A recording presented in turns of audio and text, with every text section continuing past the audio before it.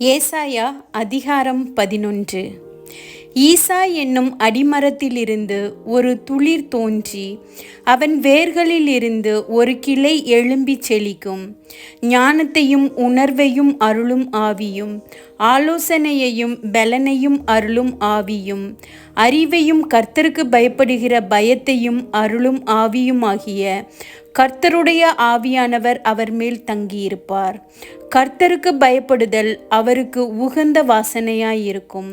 அவர் தமது கண் கண்டபடி நியாயம் தீர்க்காமலும் தமது காது கேட்டபடி தீர்ப்பு செய்யாமலும், நீதியின்படி ஏழைகளை நியாயம் விசாரித்து யதார்த்தத்தின்படி பூமியில் உள்ள சிறுமையானவர்களுக்கு தீர்ப்பு செய்து, பூமியை தனது வாக்கின் கோலால் அடித்து தமது வாயின் சுவாசத்தால் துன்மார்க்கரை சங்கரிப்பார். நீதி அவருக்கு அரைக்கட்டும், சத்தியம் அவருக்கு இடைக்கச்சையுமாயிருக்கும். அப்பொழுது ஓநாய் ஆட்டுக்குட்டியோடே தங்கும், புலி வெள்ளாட்டுக்குட்டியோடே படுத்துக்கொள்ளும், கன்றுக்குட்டியும் பாலசிங்கமும் காளையும் ஒருமித்திருக்கும். ஒரு சிறு பையன் அவைகளை நடத்துவான். பசுவும் கரடியும் கூடி மேயும், அவைகளின் குட்டிகள் ஒருமித்து படுத்துக்கொள்ளும்.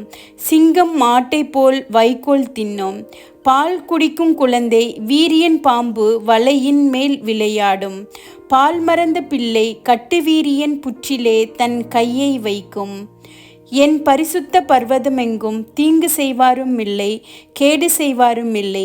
சமுத்திரம் ஜலத்தினால் நிறைந்திருக்கிறது போல் பூமி கர்த்தரை அறிகிற அறிவினால் நிறைந்திருக்கும். அக்காலத்திலே ஜனங்களுக்கு கொடியாக நிற்கும் ஈசாயின் வேருக்காக ஜாதிகள் விசாரித்து கேட்பார்கள். அவருடைய தாபர ஸ்தலம் மகிமையாயிருக்கும்.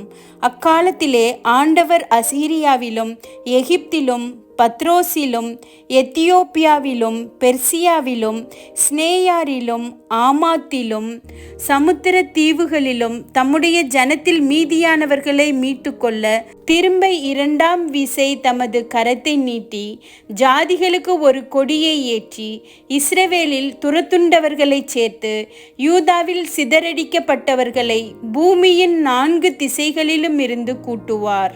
எப்ராஹீமின் பொறாமை நீங்கும், யூதாவின் சத்துருக்கள் சங்கரிக்கப்படுவார்கள். எப்ராஹீம் யூதாவின் மேல் பொறாமையாயிரான், யூதா எப்ராஹீமை துன்பப்படுத்தான். அவர்கள் இருவரும் ஏகமாய் கூடி மேற்கே இருக்கிற பெலிஸ்தருடைய எல்லைகளின் மேல் பாய்ந்து கீழ்த்திசையாரை கொள்ளையிட்டு ஏதோமின் மேலும் மோவாபின் மேலும் கை போடுவார்கள். அம்மோன் புத்திரர் அவர்களுக்கு கீழ்ப்படிவார்கள். எகிப்தின் சமுத்திர முனையை கர்த்தர் முற்றிலும் அழித்து தம்முடைய காற்றின் வலிமையினால் நதியின் மேல் தமது கையை நீட்டி 7 ஆறுகளாக பிரித்து ஜனங்கள் கால் நனையாமல் கடந்து போகும்படி பண்ணுவார். இஸ்ரவேலர் எகிப்து தேசத்திலிருந்து புறப்பட்ட நாளில் அவர்களுக்கு இருந்தது போல அசீரியாவிலே அவருடைய ஜனத்தில் மீதியானவர்களுக்கு ஒரு பெரும்பாதை இருக்கும்.